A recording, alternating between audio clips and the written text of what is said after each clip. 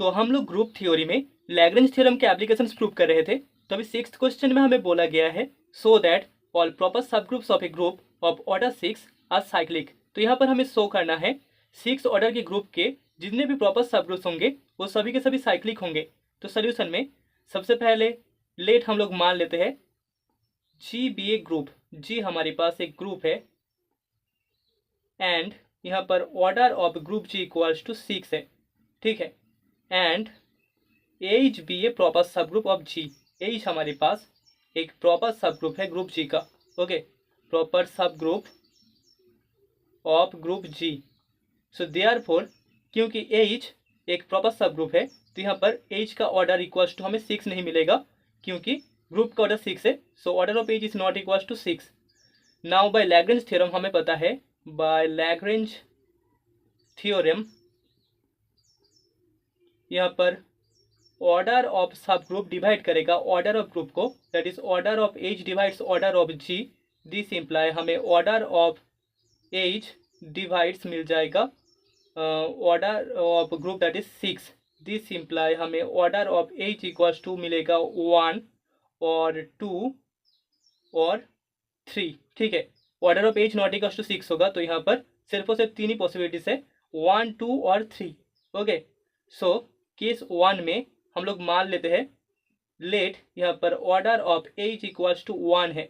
सो therefore हम बोल सकते हैं यहाँ पर सब ग्रुप एच में सिर्फ और सिर्फ आइडेंटिटी एलिमेंट ई रहेगा, दैट इज इक्वल्स टू हमें मिल जाएगा group generated bye identity element, ठीक है।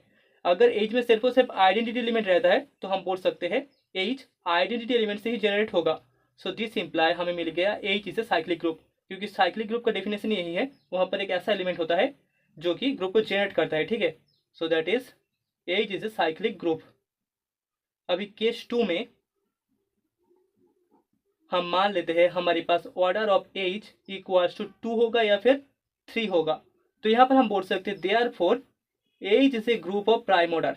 एच एक प्राइम ऑर्डर का ग्रुप है क्योंकि 2 एंड 3 दोनों प्राइम नंबर्स है। So H is A group of prime order, okay.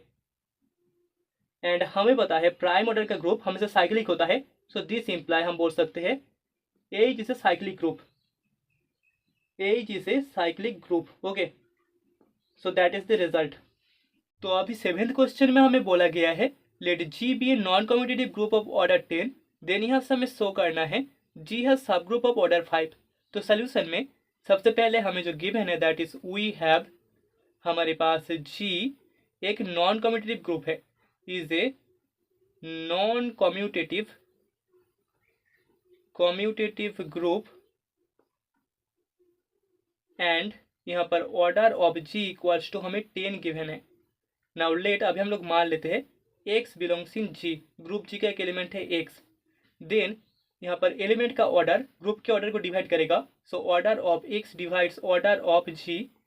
This imply order of x divides 10।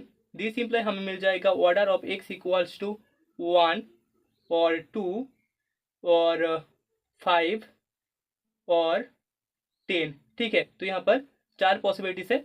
X का value order of x equals to तो हमें 1 मिलेगा या फिर 2 मिलेगा या फिर 5 मिलेगा या फिर 10 मिलेगा, ठीक है।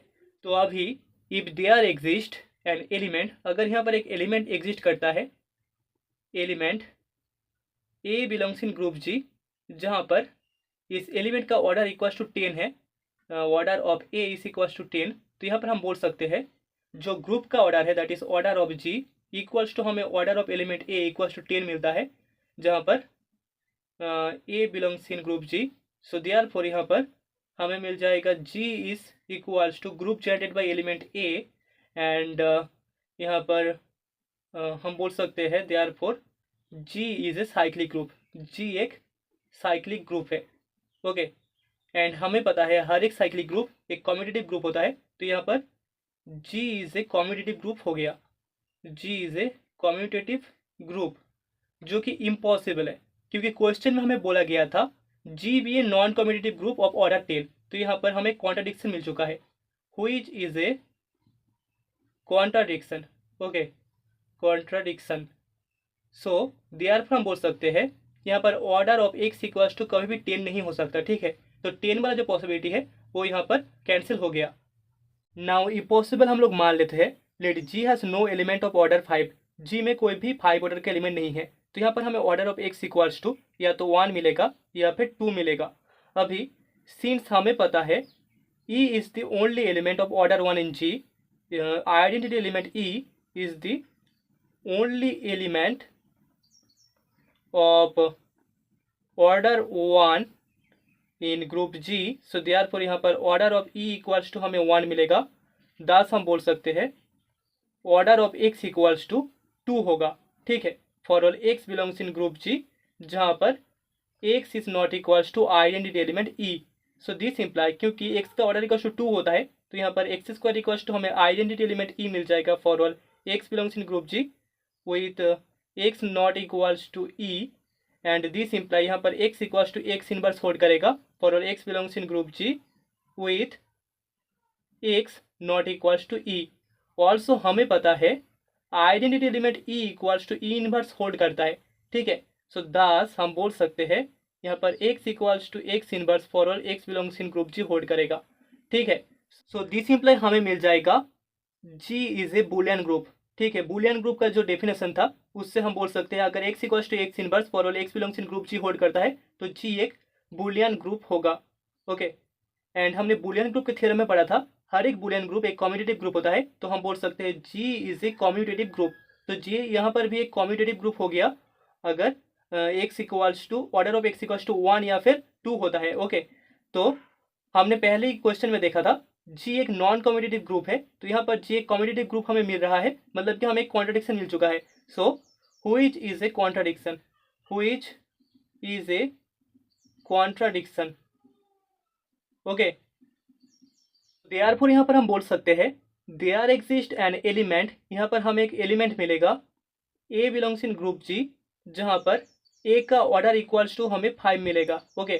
सो taking H equals to group generated by A, हम बोल सकते हैं order of H equals to order of A equals to 5 hold करेगा, एंड यहाँ पर एच ग्रुप जी का एक सब ग्रुप है, ओके। सो हेंस हम बोल सकते हैं यहाँ पर जो ए जी है, ग्रुप जी है, उसका एक प्रॉपर सब ग्रुप होगा एच जिसका ऑर्डर इक्वल्स टू 5 होगा, okay. So G has a subgroup, proper subgroup